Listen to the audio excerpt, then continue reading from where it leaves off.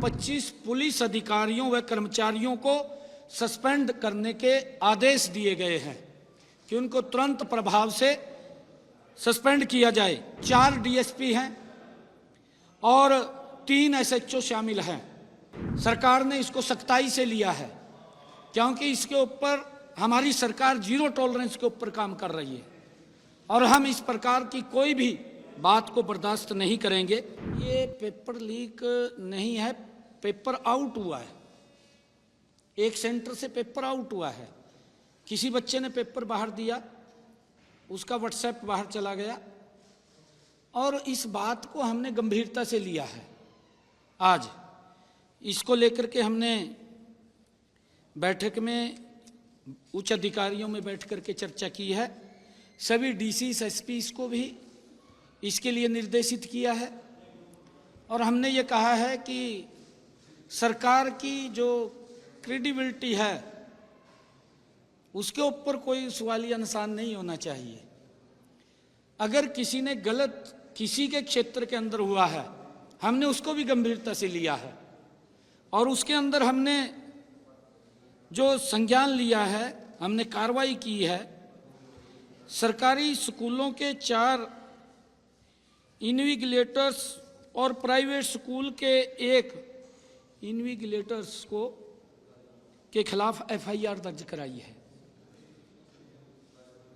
जिनमें सरकारी स्कूल के गोपाल दत्त, शौकत अली, रकमुद्दीन, प्रीति रानी, प्राइवेट स्कूल की ममता, चारों सरकारी स्कूल के इन्विजिलेटर्स को निलंबित कर दिया है। ये उसके ऊपर हमने कार्रवाई की है और हमने 2 सेंटर सुपरवाइजर बड़ी कार्रवाई की है। 2 सेंटर सुपरवाइजर संजीव कुमार, सत्यनारायण को भी निलंबित किया है क्योंकि उनकी जिम्मेवारी है और इन मामलों में विभिन्न केंद्रों पर नकल करवाने अथवा पेपर परीक्षा केंद्र से बाहर निकलने के आरोप में अभी तक 4 बाहरी व्यक्तियों और 8 जो बच्चे थे पेपर दे रहे थे उनके खिलाफ भी कार्रवाई एफआईआर दर्ज हुई है।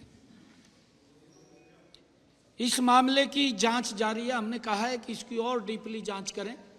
आगे हमने सभी एसपीस और डीसीस को इसके लिए सुनिश्चित किया है कि अपने अपने जिला के अंदर वो इस बात को सुनिश्चित करेंगे कि कहीं पर भी परीक्षा केंद्र के समीप कोई व्यक्ति न जाए,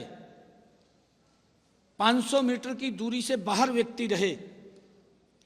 अगर कहीं पर भी इस प्रकार की शिकायत मिलती है तो उसका जिम्मेवार वहां का प्रशासन होगा और उस बात को ध्यान में रखते हुए हमने जहां पर ये काम हुआ है उसमें हमने अभी तक 25 पुलिस अधिकारियों व कर्मचारी उसमें दोषी हमें मिले हैं, जो हमारी प्राथमिक जांच थी।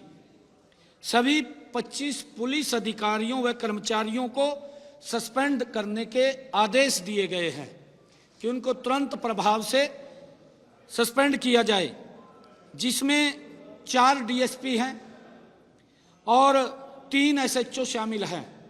उनके टेरिटरी के अंदर इस प्रकार का घटनाक्रम हुआ है।